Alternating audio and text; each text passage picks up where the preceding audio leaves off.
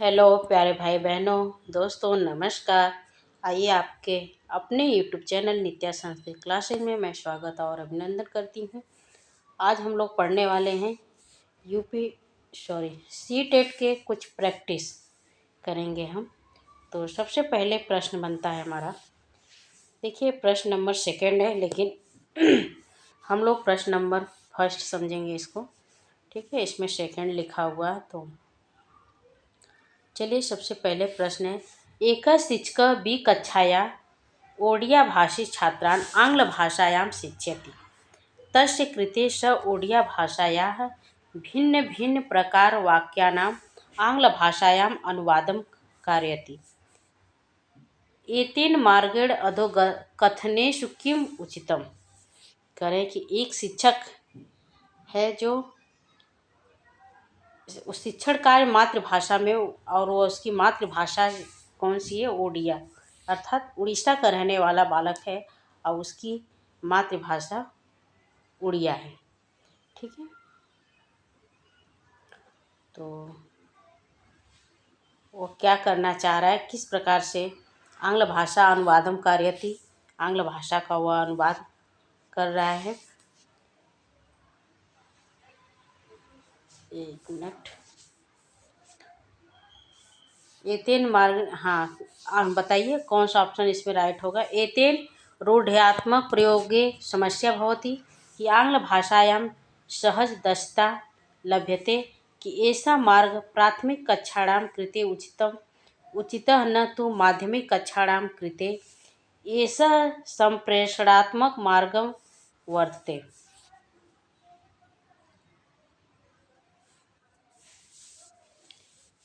तो आंग्ल भाषा या मातृभाषा, आंग्ल भाषा को ही हम मातृभाषा भी कहते हैं।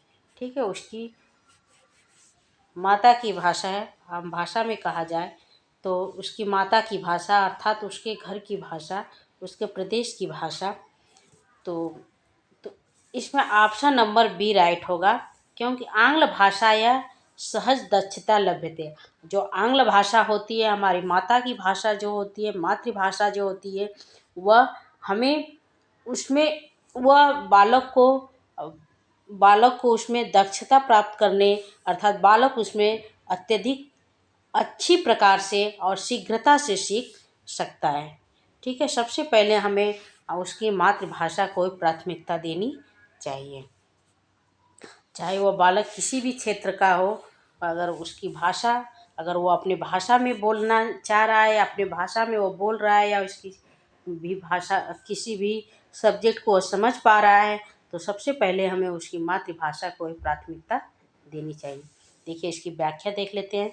अन्य भाषा शिक्षण में मातृभाषा सहायक होती है, क्योंकि सामान्यतः अन्य भाषा का शिक्षण तब प्रारंभ किया जाता है जब बालक मातृभाषा पर अधिकार प्राप्त कर लेता है। अर्थात सबसे पहले जब बालक अपनी मातृभाषा को सीख जाता है, अपनी मातृभाषा को अच्छी प्रकार से समझने लगता है, तब हमें दूसरी भाषा को ही उनको सिखाना चाहिए। ठीक है, भाषाई कोश की एक इकाई होने के कारण दूसरी भाषा छात्र की मातृभाषा के समानांतर चलती है।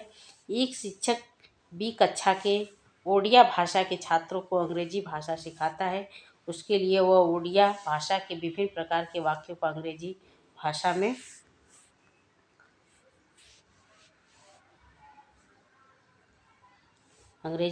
में वह अनुवाद करता है। ठीक है, चलिए अगले प्रश्न पर चलते हैं।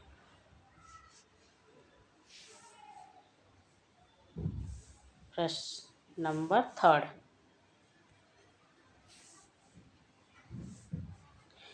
कथेतर पाठ अधोगत पाठ संकलन प्रकारेषु कथं स्वीकृति। करें कि विषय अर्थश्च कि वृत्तान्तं कथानक च कि रूपकः उपमा च कि तुलना भेद सूचकम च।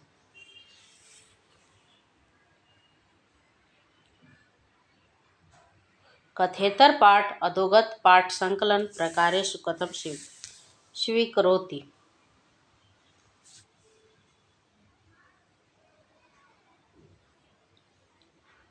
तो इसमें ऑप्शन नंबर डी राइट होगा, तुलना भेद सूचम च, तुलना भेद सूचम च।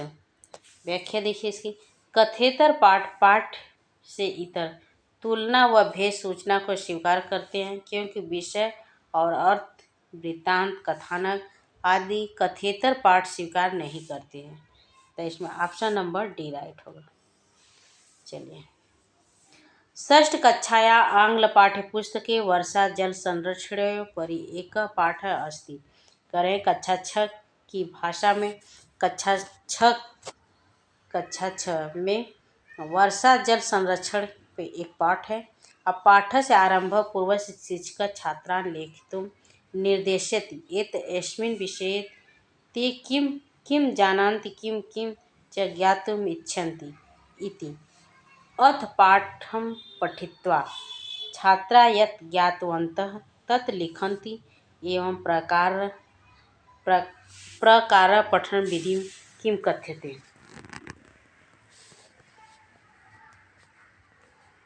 बताइए।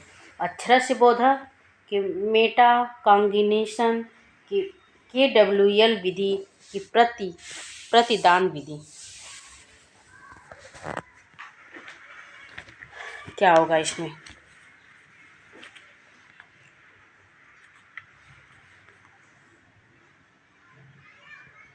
करें कि जो कक्षा 6 के बच्चे हैं उसमें उसकी अंग्रेजी की पाठ्य पुस्तक में वर्षा जल के ऊपर, जो अंग्रेजी की पाठ्य पुस्तक है उनमें वर्षा जल के ऊपर एक पाठ है।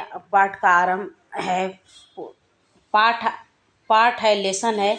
उसको आरंभ करने से पूर्व शिक्षक कुछ लिखने के लिए छात्रों को बोलते हैं कि आप इसके बारे में क्या क्या जानते हैं। तो इसके बाद वो छात्रों को पढ़ानेंगे और छात्रों से क्या क्या जाना है इस विषय पर लेख लिखने के लिए शिक्षक द्वारा कहा गया। तो इस विधि को क्या कहेंगे हम, इस विधि को क्या नाम देंगे हम। अक्षरशः बोध कहेंगे कि मेटा कॉन्गिशन कहेंगे कि KWL विधि कहेंगे कि प्रतिदान विधि कहेंगे।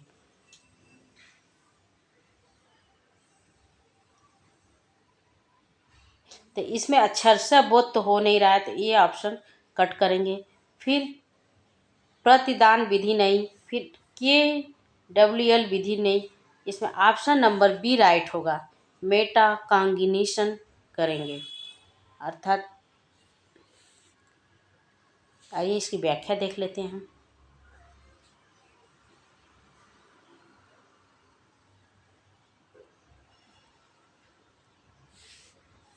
चलिए व्याख्या पर चलते हैं।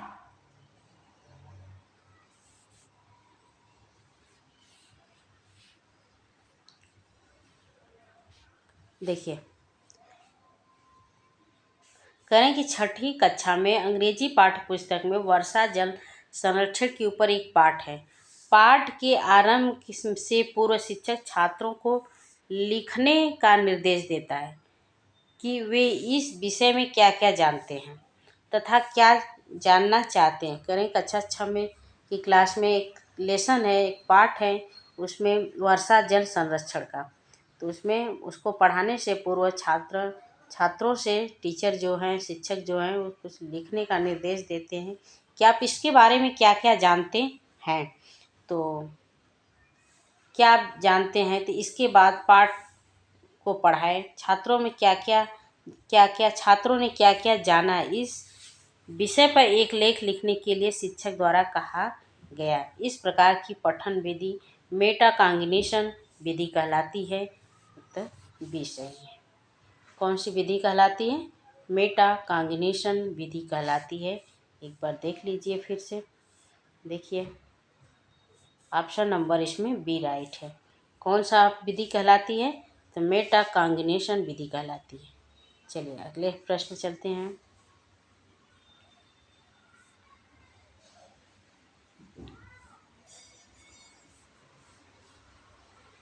देखिए, कक्षायां छात्राणां कृते कवितावाचनस्य प्रमुख प्रयोजनम। करें कक्षायां छात्राणां कृते कवितावाचनस्य प्रमुख प्रयोजनम। कक्षा में छात्रों के लिए कविता वाचन का प्रयोजन क्या होना चाहिए? तो कवितां प्रति कवितां प्रति स्वप्रतिक्रिया प्रदर्शनम, कि साहित्यविचाराणाम् अवगमनं, कि बिम्बचित्रस्य अत्यानुप्रासस्य अवगमनं, कि कवेः ऐतिहासिक पृष्ठभूमेः प्रज्ञानम्। करें कवितां प्रति स्वप्रतिक्रिया दर्शनम, कि साहित्य विचाराणाम् अवगमनं, कि बिम्बचित्रस्य अन्त्यानुप्रासस्य अवगमनं, कि कवेः ऐतिहासिक पृष्ठभूमेः परिज्ञानम्। क्या होगा इसमें? कौन से? कक्षायां छात्राणां कृते कविता वाचन प्रयुक्त करें। कक्षा में छात्रों की कविता वाचन का प्रमुख प्रयोजन क्या होना चाहिए? कौन सा ऑप्शन राइट होगा इसमें? तो ऑप्शन नंबर 1, कविता प्रति स्व प्रतिक्रिया प्रदर्शन। कविता के प्रति बच्चे अपनी स्व की प्रक्रिया, स्व की क्रिया करें, स्व की क्रिया करके प्रदर्शन करें। वे कविता के लिए अत्यंत महत्वपूर्ण होता है, इसका सबसे महत्वपूर्ण प्रयोजन माना गया है। तो ये व्याख्या देखते हैं।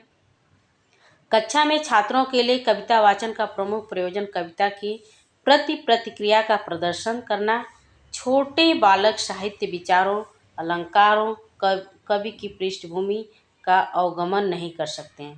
कह रहे हैं कि जो छोटे छोटे बालक होते हैं वह चित्र का अवगमन, कवि का परिज्ञानम और साहित्य का विचार ये सब नहीं कर सकते हैं, इसलिए ऑप्शन नंबर ए राइट होता है। ठीक है। तथा कविता की लय, ताल, ध्वन्यात्मक शब्दों से आनंद की अनुभूति करते हैं। कविता में कहाँ पे वीर रस का प्रयोग किया गया, रस भी नहीं उनको पता चलता है, बस जैसे टीचर उनको पढ़ के बताते हैं कि जैसे एक कविता था कि हिंदी में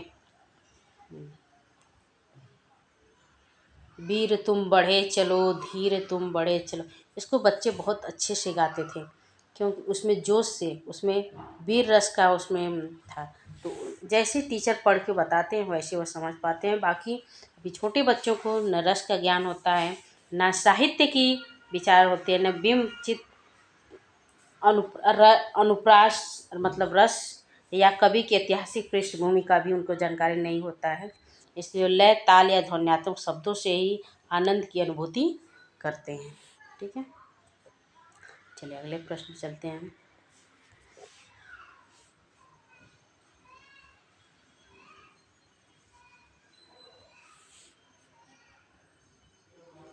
अगला हमारा प्रश्न है, एक मिनट,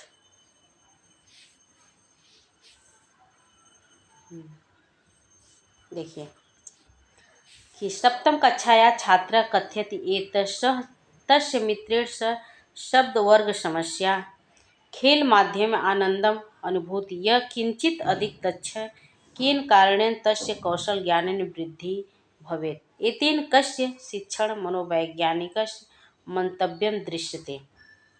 करें कि सातवीं कक्षा का छात्र है और कहता है कि वह उसके मित्र के साथ शब्द वर्ग समस्या के अंतर्गत खेल के माध्यम से आनंद का अनुभव करता है, जिसके कारण उसके कौशल में कौन से ज्ञान की वृद्धि होती है।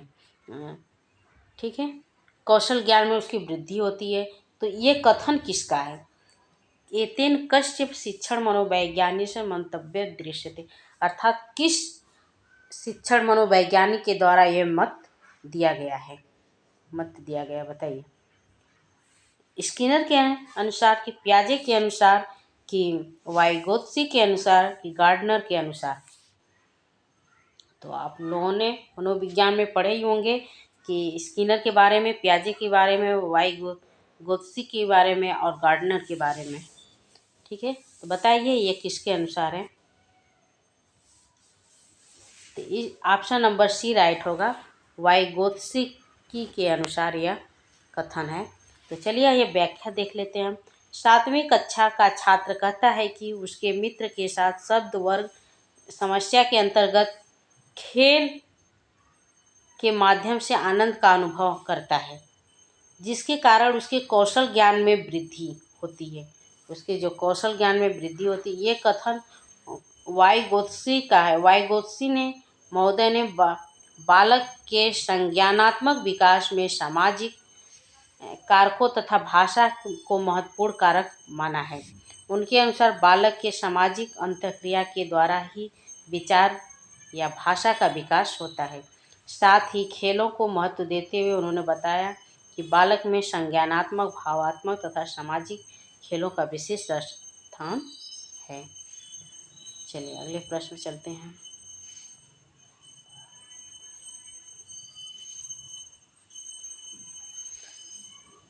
अगला हमारा षष्ठ कक्षाया एक छात्र एकं पाठं पठयति यस्मिन् सः एकस्य शब्दस्य अर्थं न जानाति तदा ते करें कि छठवीं कक्षा का एक छात्र है जो पाठ पढ़ता है जिससे वह एक शब्द का अर्थ नहीं जानता है, शब्द से अर्थम न जानाती नहीं जानता, तदा तेन तो वह शिक्षक से क्या करेगा, तदा तेन तब वह क्या करेगा, शब्द उपेक्षितव्य कि शब्द कोश द्रष्टव्य कि बुद्धिमत्या अनुमेयम कि शिक्षक पृष्ठव्य। अर्थात अत्यधिक शब्द की इच्छा करेगा कि शब्दकोश देखेगा, कि शब्दकोश अर्थात उस शब्दों से संबंधित मीनिंग कि उसमें क्या होगा वो जानने की कोशिश करेगा और बुक में ढूंढेगा, कि बुद्धिमत्यानुमेय कि अपनी बुद्धि के द्वारा ढूंढने की कोशिश करेगा, कि शिक्षक पृष्ठव्य की शिक्षक से पूछने का कार्य करेगा, क्या करेगा। छठवीं कक्षा का छात्र है जिसको एक शब्द नहीं आ रहा तब वो क्या करेगा, तो करें कि तो अगर वह स्कूल में है, कक्षा में है, तो अगर जो शब्द नहीं आ रहे हो जाहिर सी बात है कि टीचर से पूछने की कोशिश करेगा, अर्थात टीचर से ही पूछना चाहिए हमें। तो ऑप्शन नंबर इसमें डी राइट होगा। ये शब्द तो हमें करना ही नहीं चाहिए, शब्द उपेक्षितव्य। हाँ, कुछ ढूंढने की कोशिश करना चाहिए, लेकिन अगर हम कहीं और हैं तब हम ज़्यादा एफर्ट लगा सकते हैं, कोशिश कर सकते हैं ढूंढने की। लेकिन जब हम स्कूल में हैं, हमारे टीचर मौजूद हैं, हमें बताने के लिए हमारे शिक्षक हैं वहाँ पे, तो हमें शिक्षक से ही डायरेक्ट प्रश्न करना चाहिए, अर्थात प्रश्न नहीं सॉरी शिक्षक से ही हमें पूछना चाहिए। ठीक है। तो छठी कक्षा का एक छात्र एक पाठ पढ़ाता है जिससे एक शब्द का अर्थ नहीं जानता है, वह शिक्षक से पूछेगा, शब्दकोश और अर्थानुगमन अभी नहीं कर सकता, शिक्षक ही शब्दार्थ को अच्छी प्रकार से स्पष्ट करते हैं। ठीक है। चलिए अगले प्रश्न चलते हैं।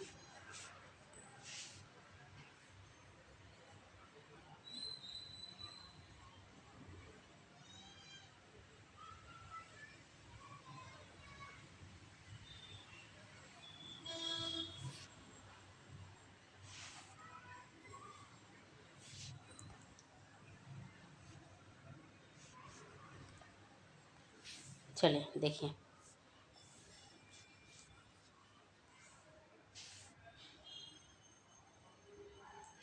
षष्ठ कक्षाया छात्रा सद एक कथाम एकां पठितवन्तः शिक्षकः छात्रान् प्रश्नस्य उत्तरं पृच्छति किम अर्थम अशोकः गृहात् पालितः।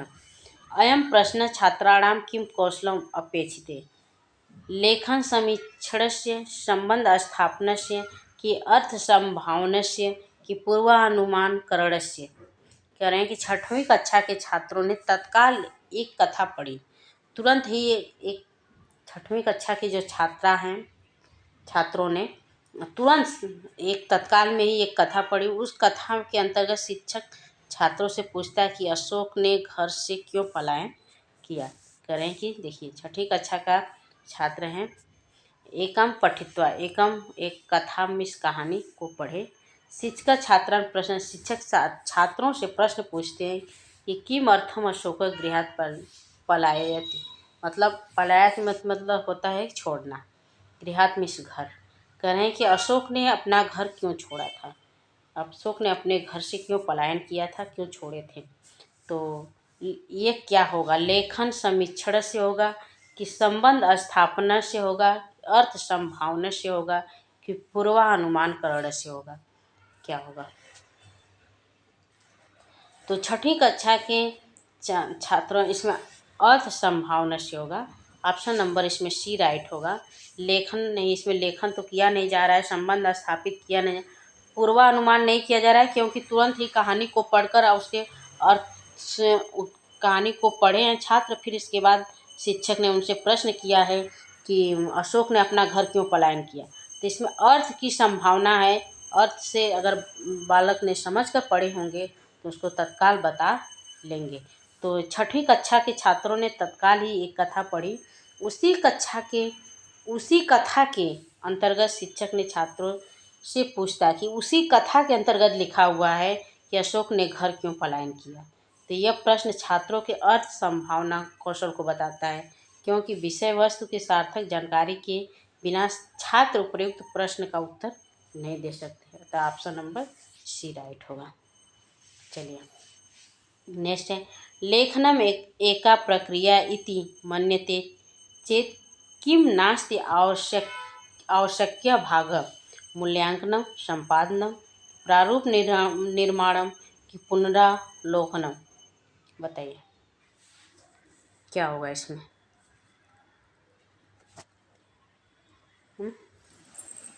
इसमें कौन सा आंसर राइट होगा। इसमें ऑप्शन नंबर ए राइट होगा, मूल्यांकनम। चलिए इसकी व्याख्या देख लेते हैं हम लोग एक बार। देखिए उसमें प्रश्न नंबर 8 इधर आ गया था, छूट गया है, ऊपर नीचे हो गया है। तो 10 का व्याख्या देख लीजिए, फिर 8 नंबर भी देख लेंगे हम लोग, ठीक है। देखिए लेखन एक प्रक्रिया मानी जाती है। प्रारूप निर्माण संपादन तथा पुनरावलोकन लेखन प्रक्रिया के भाग हैं, जबकि मूल्यांकन बच्चों के विकास के समस्त क्षेत्रों का सतत व्यापक एवं नियमित आकलन है। अतः मूल्यांकन लेखन प्रक्रिया का अभिन्न भाग नहीं है, ठीक है। इसलिए ऑप्शन नंबर ए राइट होगा, मूल्यांकन। चलिए एक प्रश्न और इसमें देख लेते हैं। प्रश्न नंबर है 11 का। फिर इसके बाद 8 नंबर जो छूट गया था वो उसको देख लेंगे हम लोग। तो डिस्लेक्सिया एक भाषागत विकार है। प्रभावित डिस्लेक्सिया एक भाषागत विकार है। यह किसको प्रभावित करता है। तो संकेत बोधनम को, कि कथित भाषा बोधनम को, कि मौखिक भाषा बोधनम को, लिखित भाषा बोधनम को। तो विकार से संबंधित अभी कल ही मैं क्लास ली हूँ, आप उसको देख सकते हैं। और किसी भी प्रकार का अगर विकार पूछा जाता है तो वहाँ से आपको क्लियर हो जाएगा, ठीक है, उस क्लास को देखने से। तो इसमें बताइए कौन सा ऑप्शन राइट होगा। तो डिस्लेक्सिया कौन सा विकार है। डिस्लेक्सिया एक अधिगम विकलांगता है। इसमें अधिगम तो दिया हुआ नहीं है, जिसका प्रकटीकरण मुख्य रूप से पढ़ने व लिखने की कठिनाई से है। तो दोनों से अगर दिया है तो लिखित से लगा सकते हैं हम। देखिए ऐसे भी प्रश्न बनते हैं, इनसे प्रश्नों पे भी ध्यान दीजिएगा आप लोग कि डिस्लेक्सिया पठन संबंधी विकार है, ठीक है, पठन संबंधी विकार है। लेकिन कभी कभी प्रश्न पठन और लेखन संबंधी विकार है, तो अगर बस लेखन आता है तो डिस्ग्राफिया करके आएगा, और केवल पढ़ने संबंधी विकार पूछा जाए तो डिस्लेक्सिया है। लेकिन इसमें पूछा जा रहा है कि डिस्लेक्सिया तो संकेत बोधम होगा ही नहीं, कथित भाषा नहीं होगा, मौखिक भाषा बोधम नहीं होगा। इसलिए ऑप्शन नंबर डी पे जा सकते हैं, लिखित भाषा बोधना, ठीक है। ऑप्शन नंबर डी राइट होगा इसमें। आइए 8 नंबर का जो हमारा छूट गया था उसको हम लोग एक बार देख लेते हैं। हाँ देखिए